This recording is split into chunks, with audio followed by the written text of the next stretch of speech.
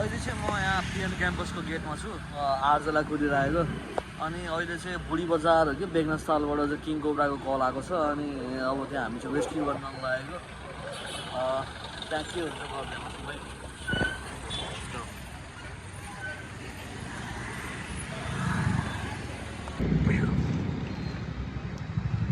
आर्जना आइपुग्यो ओ पुरा पहिला गयो थियो एकजना आएको थियो लिन गइहाल्यो अगाडि गयो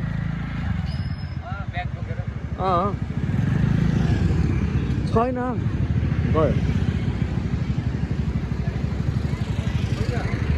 गयो के अब हामी मात्र जाने हो मेरो बोयफ्रेन्ड आयो म जान्छु भनेर गइदिएर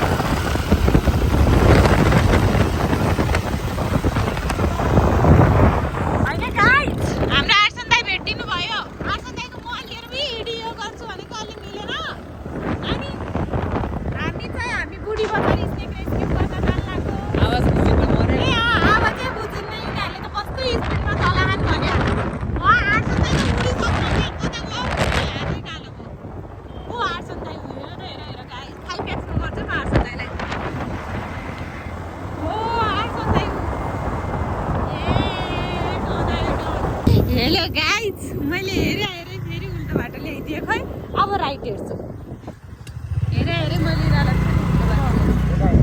यता हो यता हिँडिराखेको बाटो भने थियो के तिमीले उताबाट लगेछौ के मेरी गल्ती नै है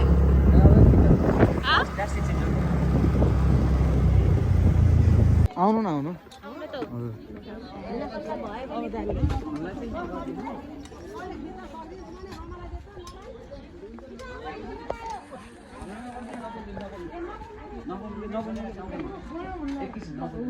नबोल्नु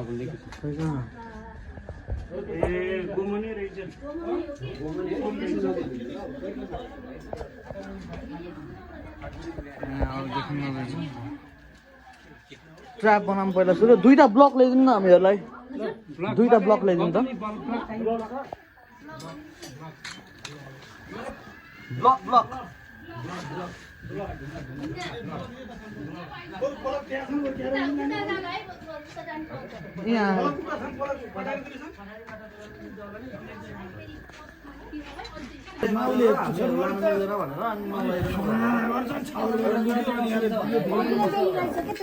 गोमने रहेछ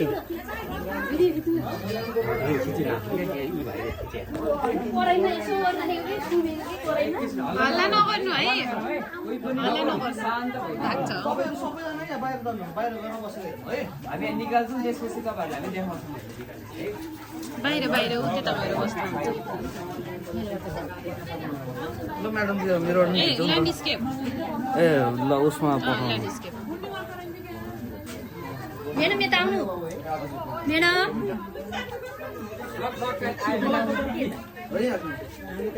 अब अर्को एउटा नि ल्याउनु उद्धार गरेको देखाउनु पर्यो नि त्यो हेडलाइटहरू चाहिँ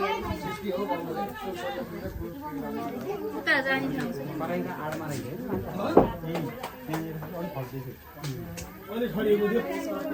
त्यत्रो बेर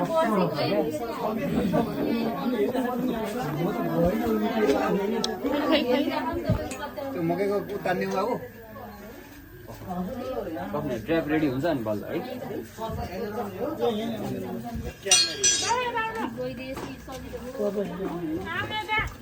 अहिले कसैलाई केही भइहाल्यो भने झ्याप्प तपाईँहरूले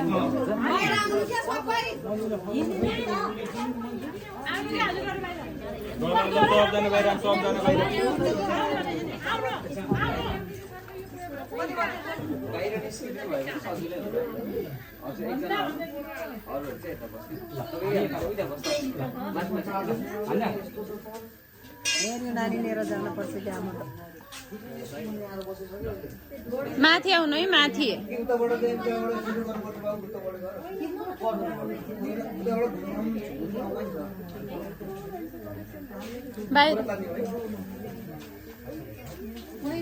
बाहिर बस्नु है, बाहिर।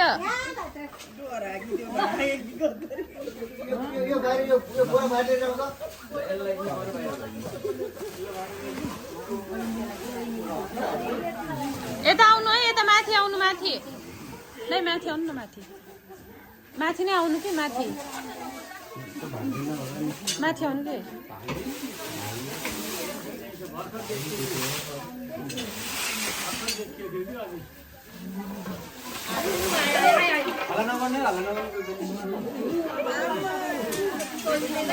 माथि माथि माथि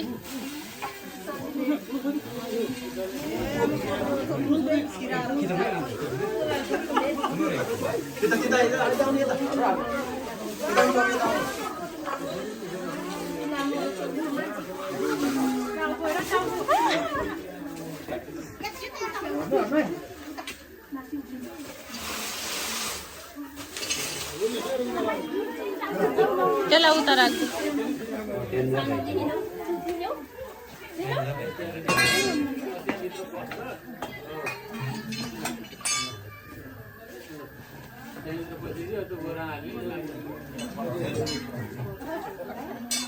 मैले यस्तो गरेर डेन्जर रहेछ होइन डेन्जर रहेछ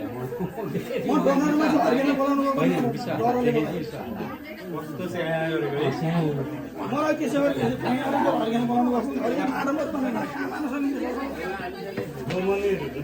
खिचियो फोटो आयो यो सर्पको किङ कोब्रा भन्छ।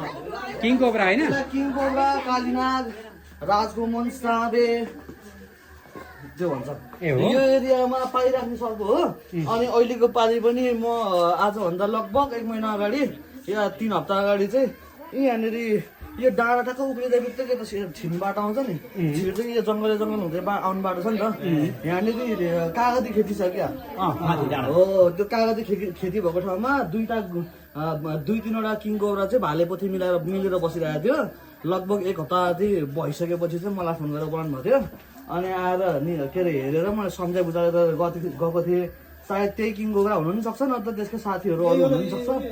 यहाँ पाइँथेन त किङ कोब्रा। यो ठाउँमा म आजभन्दा 2 वर्ष अगाडि पनि यही माथिपट्टि गएर यतापट्टि छिर्ने बाटोमा त्यो सुरुकै घरमा पनि गएर हामीले मिटिङ गरेको हेरेको हो। पहिलाको पालि 2 वर्ष अगाडि आउँदाखेरि त एउटा किङ कोब्राको त यति ठुलो होइन, त्यो ठुलो भएको भएर त्यो यसको धर्का देखिरहेको छ नि, यस पुरै धर्का हुन्छ नि, त्यो धर्कै नदेखिने टाइपको थियो कि किङ कोब्रा क्या, त्यति ठुलो। हामी बस्ती किन्दा बस्नु मदेरी कुना बगर हामी त आत्तियौँ हेर्दा हामी त भाग्छ भनेर अब डरलाग्दो सर्प हो, विषालु सर्प हो होइन। अब कतिपयले पहिला पनि देख्नुभएको थियो, कतिपयले बल्ल पहिलोचोटि देख्नुभयो, अथवा यो त हाम्रो गाउँमा पहिलोचोटि आयो भन्ने लाग्यो होला। यो सर्प चाहिँ यहाँ पहिलोचोटि आएको होइन। यो सर्प योभन्दा पहिला चाहिँ हामीले अर्को जङ्गलमा लगेर छोड्यौँ तपाईँहरूको गाउँ कटाएर। तपाईँहरूमध्ये कसैले फोन गरेर हाम्रो यहाँको सर्प चाहिँ लिएर गयो भनिदिनु भयो भने हामीलाई नै मुद्दा लाग्छ। अनि यो एरियामा त कति आछु म होइन। यो सबै आएको भनेको सबै यो गोमन सर्पको लागि किङ कोब्रा, गोमन सर्पहरू, करेतहरूको लागि आउने यो एरियामा त कति हो कि विषालु सर्पहरू। अनि एउटा एकदमै तपाईँहरूलाई एउटा रोचक तथ्य के भनिदिन्छु भन्दाखेरि चाहिँ हामीले तपाईँहरूलाई ढाँटेर गफ लाएर होइन यताउति भन्ने कुरा हुँदैन होइन। जस्तो यो सर्पले टोकेर हस्पिटल गएको सुन्नुभएको छ तपाईँहरूले होइन, तराईतिर करेतले गोमनले टोकेर हस्पिटल गएको सुन्नुभएको छ। तर यो सर्पले आजसम्म नेपालमा अथवा यो जुन एसियामा पाउँछ यो सर्प चाहिँ, यो पाउने ठाउँमा चाहिँ यो सर्पले टोकेर सामान्य मान्छे मरेको भनेको अहिलेसम्म कुनै पनि रेकर्ड छैन।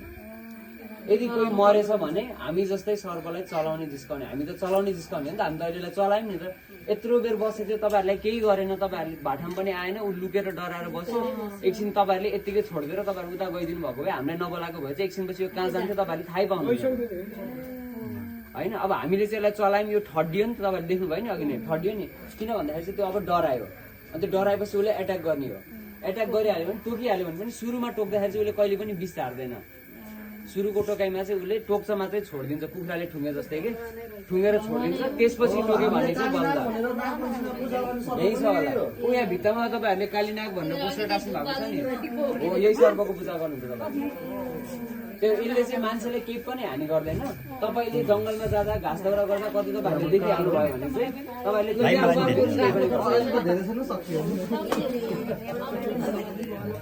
कानमा एउटा राख्ने हुन्छ क्या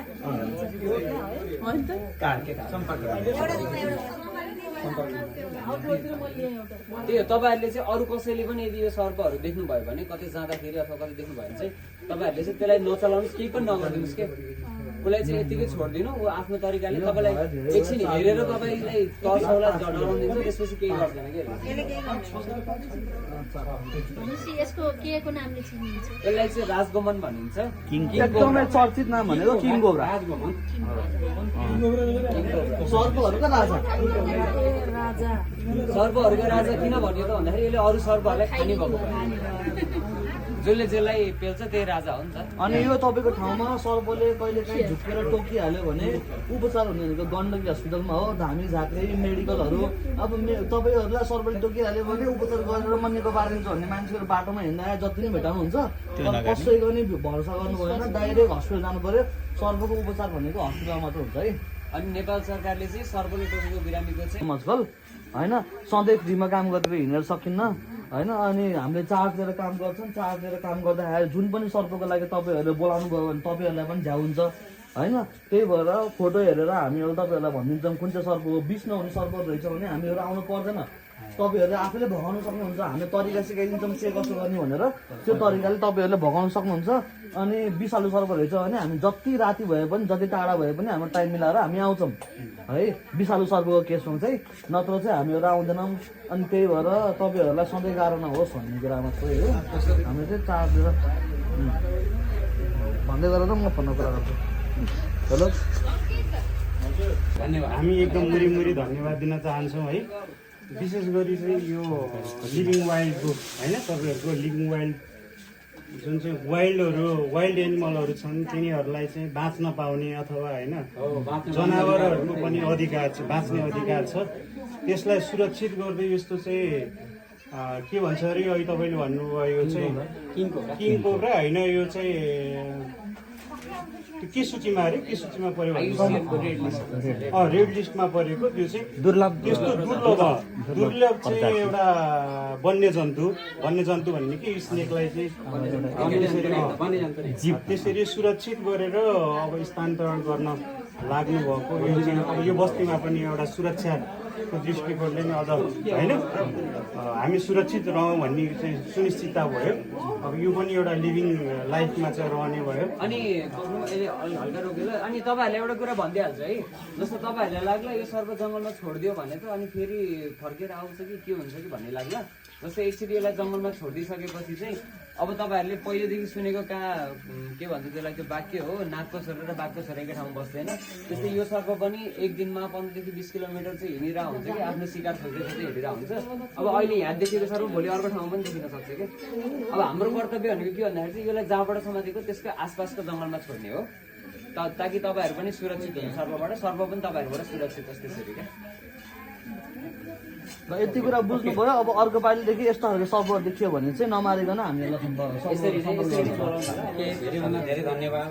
अनि यो रेस्क्युको लागि पनि यहाँहरू छिटोभन्दा छिटो आइदिनु होला है। हामीले धेरै प्रतीक्षा गरेर हामी रेस्क्युमा आउँछौँ, तर हामी रेस्क्युमा आउनको लागि चाहिँ तपाईँहरूले सबभन्दा सुरुमा सर्प देखिँदा बित्तिकै फोटो खिच्न पर्यो। हामी फोटो खिचेर पठाउनु भयो, हामीले हेऱ्यौँ। हामी त्यसपछि त जस्तो स्नेक रेस्क्युको कल आयो भन्ने बित्तिकै ओहो कल आयो भन्ने बित्तिकै हामी हुर्रेर हिँड्ने कुरा हुँदैन, हामी पनि तयार हिँड्नु पर्यो। जस्तो मान्छेहरूले सामग्री लिनु पर्यो। सर्प बारीमा हिँड्ने छ, खेतमा छ, जङ्गलमा भएको सर्पको लागि कहिले अब त्यो टिभीमा देखिरहेको कुराहरू यो अनि लाइभ हेर्न पाउँछ भनेर चाहिँ जहिले पनि बोलाइदिनु हुन्छ नि, जहाँ पनि बोलाइदिनु हुन्छ। अनि हामी चाहिँ आज ढिलो आउनुको मेन रिजन भनेको चाहिँ हामीले सबै सामग्रीहरू लिएर हिँड्नु पर्यो नि त। अब विषालु सर्प हो टोक्यो भने हामी पनि बाँच्दैनौँ। यताउति गर्दा गर्दै चाहिँ ढिलो भएको कि खासमा। आज घरमा के भयो भनेर दम गर्नु थाहा पाएर फोन गरेर आएको नत्र अझै जिम गर्दै हुनुहुन्छ। एकदम धेरैभन्दा धेरै धन्यवाद है।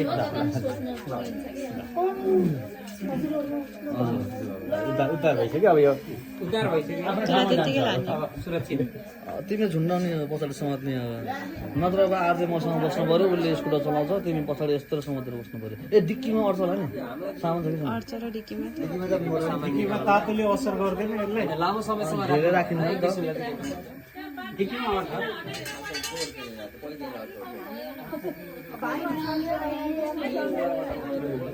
यो भयो हाम्रो घर वरिपरि अरू ससाना सर्पहरू देखिन्छ नि, हो त्यो सर्प चाहिँ यसले खाइदिन्छ फेरि। यसले चाहिँ फेरि मान्छेलाई कहिले पनि केही नै गर्दैन झापो। आजसम्म देखियो थिएन। हो यसको खुबी भनेको यो झापो मान्छेको नजिक कहिले पनि आउँदैन। यिनीहरू आउने भनेको चाहिँ यही शिकार गर्नको लागि, सर्प खानका लागि। तपाईँको घर वरिपरि अरू सर्पहरू होला नि, त्यो खानका लागि आएको हो। अनि यिनीहरू देखिने भनेको खाने बेलामा, भालेपट्टि मिल्ने बेलामा, अन्डा कोराउन बसेको बेलामा, त्यो बेलामा मात्रै देखिने हो। अरू बेला यसरी आउँदैन हो घरमा। एउटा खैरो पनि हाम्रो घर मुनि एकदिन घाँस काटेर यो एरिया भनेको चाहिँ तपाईँहरूको यो ठाउँ भनेको चाहिँ एकदमै विषालु सर्पहरू पाउने ठाउँ हो होइन। लेखनाथ भन्दा बित्तिकै विषालु, लेखनाथबाट फोन आयो भनेर भन्दा बित्तिकै एउटा न एउटा विषालु सर्पको फोन आएको भन्ने हुन्छ, बुझ्नुभयो नि। यो सर्प त्यही भएर तपाईँहरूको लागि चाहिँ नौलो हो, हाम्रो लागि चाहिँ नौलो होइन। यो ठाउँको लागि, हाम्रो लागि चाहिँ भन्दाखेरि के यो ठाउँमा चाहिँ एकदम बढी पाउँछ यस्तो खालको सर्पहरू। अनि यसलाई मार्ने चलाउने जिस्काउने काम चाहिँ कहिले पनि नगर्नु। यो भनेको एकदमै चाहिने कुरा हो। यसले मान्छेलाई कहिले पनि केही नै गर्दैन, तर मान्छेलाई हानि गर्न सक्ने सर्पहरूलाई चाहिँ खाइदिन्छ। अनि तपाईँहरूलाई सुरक्षित राख्छ यसले। त्यही भएर यसलाई कहिले पनि चलाउने जिस्काउने मार्ने काम नगर्नु। देखिहाल्यो भने हामी जस्तो मान्छेहरूलाई बोलाउनु। अब एउटा कुरा सिधा नहाटिकन भन्नु पर्दाखेरि चाहिँ हामीले अब पर लगाएर छोडिदिएला यताउति भन्ने सोच्नु होला। यो यही ठाउँमा बसेर यत्रो ठुलो भएको सर्प हो। अनि यसलाई मैले अब आज हामीले जङ्गलमा छोडिदिइहाल्यो भने फेरि तपाईँले अर्को 1-2 वर्षपछि बल्ल देख्नुहुन्छ, त्यो देख्नुहुन्न। अनि यस्तो है, फेरि जस्तो अब तपाईँहरूलाई लाग्ला यहाँबाट समातेछ, फेरि जङ्गलमा लगेर छोड्यो भने त फर्केर यहीँ आउला होइन, त्योभन्दा त बरु टाढै लगेर छोडिदियो भने राम्रो भन्ने तपाईँहरूलाई लाग्ला होइन। हामीले चाहिँ छोड्छौँ, टाढा नै छोड्छौँ।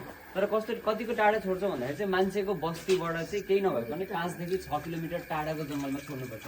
त्योभन्दा टाढा चाहिँ हामीले लान मिल्दैन। त्योभन्दा टाढा हामीले लग्यौँ भने हामी तस्कर हुन्छौँ फेरि। त्यो भन्दा उसको बस्ने ठाउँबाट चाहिँ हामीले उसलाई कहाँ लग्यौँ त वडा जिल्लाहरू कटाउनु पाइएन। यो सर्प यो ठाउँको सर्प यही ठाउँमा राख्नु पर्यो। टाढा लिएर गयो भने हाम्रो तस्कर भन्छ होइन। यिनीहरूले विदेशीहरूले बेच्छ सर्प भन्ने कुरा हुन्छ क्या। अनि अर्को कुरा चाहिँ के भन्दाखेरि चाहिँ यो सर्प चाहिँ हाम्रो के अरे वनको नियमले पनि आयुसिएन भन्ने छ एउटा, आयुसिएनले चाहिँ रेड लिस्टमा राखेको छ। भनेको मतलब चाहिँ यो चाहिँ एकदमै दुर्लभ सर्प हो। अब भन्नुभयो नि त तपाईँहरूले बल्ल देख्यो भन्नुभयो, किन तपाईँहरूले खैरो सर्प यहाँ देखिरहनु भयो होला, घाँस काट्न जाँदाखेरि हरियो सर्प देख्नु भयो होला, तर यो सर्प त देख्नु भएको थिएन। किन भन्दा यो चाहिँ अति नै दुर्लभ सर्प हो होइन। यसले एकचोटिमा 30-35वटा अन्डा पार्छ।